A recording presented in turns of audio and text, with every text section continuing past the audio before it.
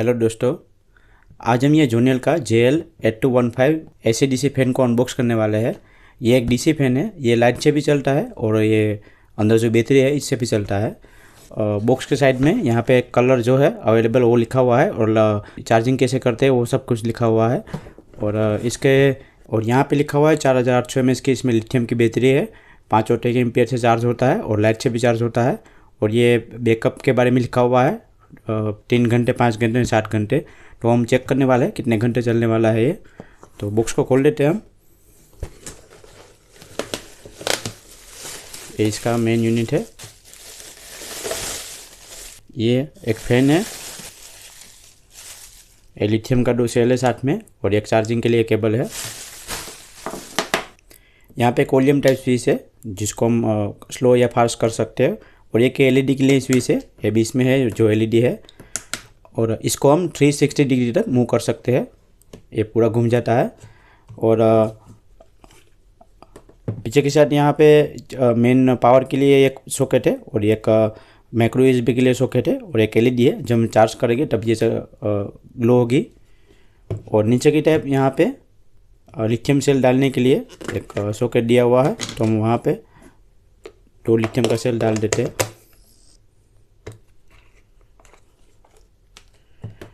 और अब ऑन करते हैं। देखो, ये इसका LED का ब्राइटनेस है।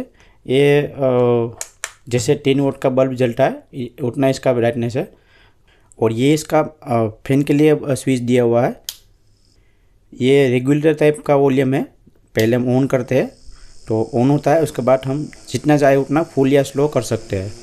देखो अभी बहुत ही फुल ये चल रहा है, बहुत ही फास्ट चल रहा है अभी। और इसकी खास बात यह है कि इसको हम डायरेक्ट लाइट से भी चला सकते हैं और ये बैटरी से भी चलेगा। मतलब बिना लिथियम सेल डाले हुए इसको हम लाइट से भी डायरेक्ट चला सकते हैं। तो पहले हम इसका हवा का फ्लो चेक करते हैं, उसके बाद मैं आपको दिखाता हूँ कैसे चलता है। देखो, ये इसकी साइज़ है, ये 6 इंच की साइज़ है। और हम ऑन करते हैं। अभी मैं 2 से 2.5 फुट तक दूर हूँ, तभी भी मुझे हवा आ रही है। मतलब बहुत हवा आ रही है। अभी तो पहले ही ये मतलब बहुत स्लो में है। अब ये फुल स्पीड में चल रहा है। और जैसे हम लाइट का 6 इंच का फैन चलाते हैं उतनी इसकी हवा है अभी। और हम इसे कभी भी कहीं भी एडजस्ट कर सकते हैं यहाँ से। मतलब हवा के मामले में ये बहुत अच्छा है। जिसने भी हमने फैन अभी तक अनबॉक्स की है उसमें से ये हवा के मामले में बहुत ही बढ़िया है। और लाइट का भी इसका परफॉर्मेंस बहुत ही बढ़िया है। देखो, इसमें 2 सेल साथ में आए हैं। इसमें कोई भी mAh मेंशन नहीं किया हुआ है। लेकिन मैं आपको सेल के बारे में बता दूं, इसमें कुछ भी लिखा हुआ होता है, कभी भी कुछ भी छाप देते हैं, तो हम उसको भरोसा नहीं कर सकते। क्योंकि मेरे पास ऐसा भी सेल है जिसमें 5000 mAh लिखा हुआ होता है, लेकिन वो 5000 mAh का होता नहीं है। फिलहाल हम इसको ऐसे एक ही तरीके से पता लगा सकते हैं इसका वेट के हिसाब से। मैंने एक हेवल्स का इन्वर्टर लैम्प में से बाहर निकाला था सेल।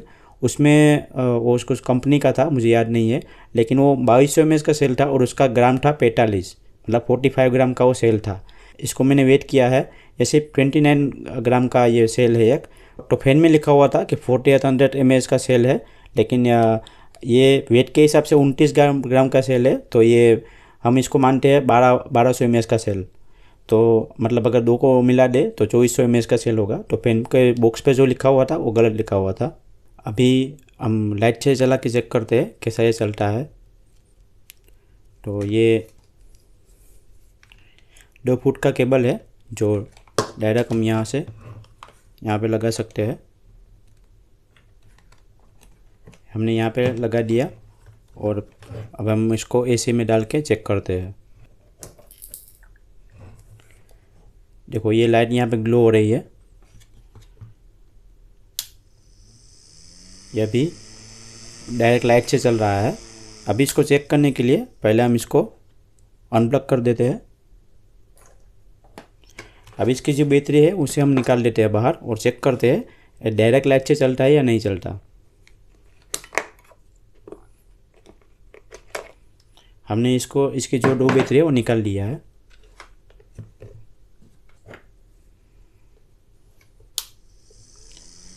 अभी ये इसका 2 लिथियम का सेल है और मेरे हाथ में है, मतलब इसमें सेल नहीं है और ये डायरेक्ट चल रहा है अभी। हाँ, लेकिन स्पीड थोड़ी स्लो है इसकी इससे, लेकिन अभी भी हवा तो आ रही है, मतलब बढ़िया है। और ये लाइट है, जब लाइट ऑन करते हैं तो फैन की स्पीड थोड़ी स्लो हो जाती है। और अभी ये डायरेक्ट लाइट से चल रहा है। हमारे पास एक एक्स्ट्रा ऑप्शन है जो माइक्रो यूएसबी के लिए, अगर ज़्यादा देर तक लाइट का प्रॉब्लम हुआ और सेल ख़त्म हो गया तो हम पावर बैंक से इसको चार्ज कर सकते हैं। अब हम इसको खोलते हैं और खोल के अंदर देखते हैं कैसा सर्किट लगाया हुआ है और क्या क्या सामान लगाया हुआ है और इसमें जो चार्जिंग का सिस्टम है वो कैसा लगा हुआ है। तो खोलने के लिए बहुत सारे स्क्रू इसमें दिए हुए हैं, ये सभी स्क्रू को हमको खोलना पड़ेगा। देखो हमने सभी स्क्रू को खोल दिया है, अब इसको खोल के देखते हैं।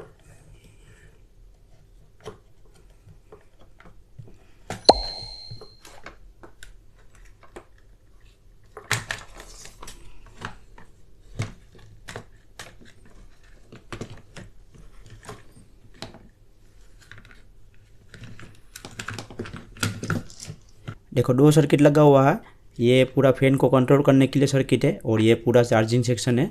तो पहले हम चार्जिंग सेक्शन को बाहर निकालते हैं और उसको देखते हैं कैसा लगा हुआ है। देखो हमने दोनों सर्किट को खोल दिया है। ये जो पहला पिन लगा हुआ है ये बैटरी के लिए, लिथियम सेल के लिए है, और ये दूसरा जो पिन लगा हुआ है वो दूसरी सर्किट में जा रहा है। ये पूरा एसएमपीएच बेस्ड चार्जिंग सिस्टम है, मतलब ये अच्छा है। ये पूरा एसी सेक्शन है और यहाँ से एसी का डीसी में कन्वर्ट होगा। और ये जो आईसी लगी हुई है यहाँ पे, ये सेल को प्रोटेक्ट करने के लिए, मतलब ओवर चार्ज या डीप चार्ज को कंट्रोल करने के लिए है। और ये जो माइक्रो यूएसबी यहाँ पे लगा हुआ है उसमें ये आईसी काम नहीं करेगी, ये यहाँ से सीधा बाईपास किया हुआ है। तो हम माइक्रो यूएसबी से अगर चार्ज करेंगे तो सेल को प्रोटेक्ट नहीं होगा, तो ये हमको ध्यान रखना है।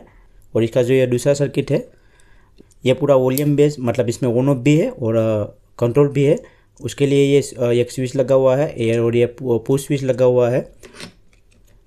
फैन को कंट्रोल करने के लिए पूरा यहाँ पे ट्रांजिस्टर बेस कंट्रोल लगा हुआ है, मतलब हम जितना वॉल्यूम बढ़ाएंगे उतना इसमें स्पीड बढ़ेगा।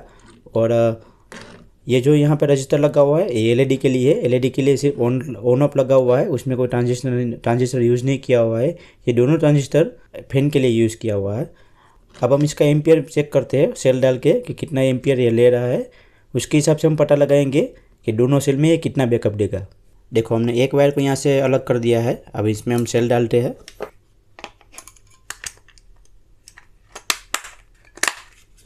अब हम मल्टीमीटर को एम्पियर मोड में सेट कर देंगे। हमने 10 एम्पियर में सेट किया हुआ है। और फैन की स्पीड को हम फुल कर देते हैं और एक वायर को मल्टीमीटर के स्कोप में लगाएंगे और दूसरे को सेल में लगाएंगे। ये फुल स्पीड में तकरीबन 800 मिली एम्पियर ले रहा है, मतलब अगर हम 2200 mAh का सेल के हिसाब से भी हम कैलकुलेशन लगाते हैं तो ये 2.5 घंटे से ज़्यादा चलेगा।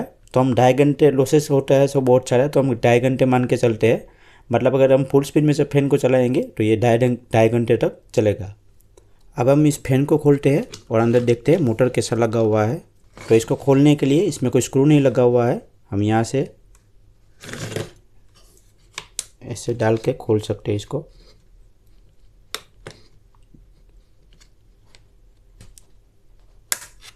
ये खुल गया।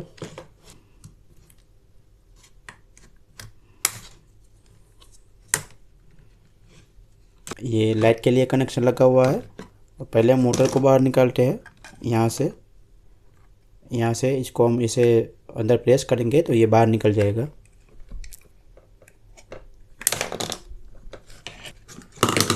देखो ये इसकी मोटर है और ये इसका फैन है।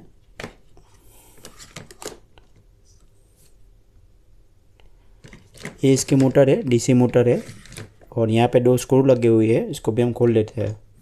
देखो यहाँ से प्रेस करेंगे तो मोटर बाहर निकल जाएगी। बाहर नहीं निकल सकती क्योंकि यहाँ पे ये वायरिंग ग्लू किया हुआ है। तो हम ऊपर से देख लेते हैं, मतलब बेसिक सी मोटर है, लेकिन ये मार्केट में मिलना थोड़ा मुश्किल है, मोटर थोड़ी अलग है।